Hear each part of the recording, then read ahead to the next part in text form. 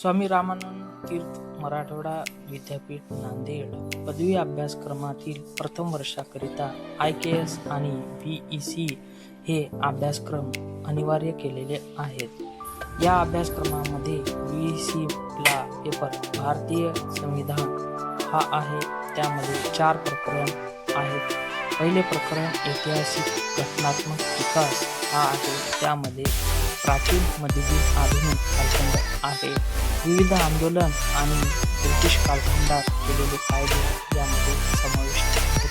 दुसरं प्रकरण आहे नीती निर्देशक तत्त्वे, उद्देश पत्रिका आणि मूलभूत अधिकार.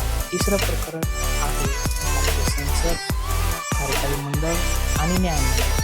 चौथं प्रकरण आहे केंद्र राज्य संबंध. या केंद्र राज्य संबंधाच्या अधिकाराचं विभाजन कसं झालेलं आहे त्याबाबत आहे.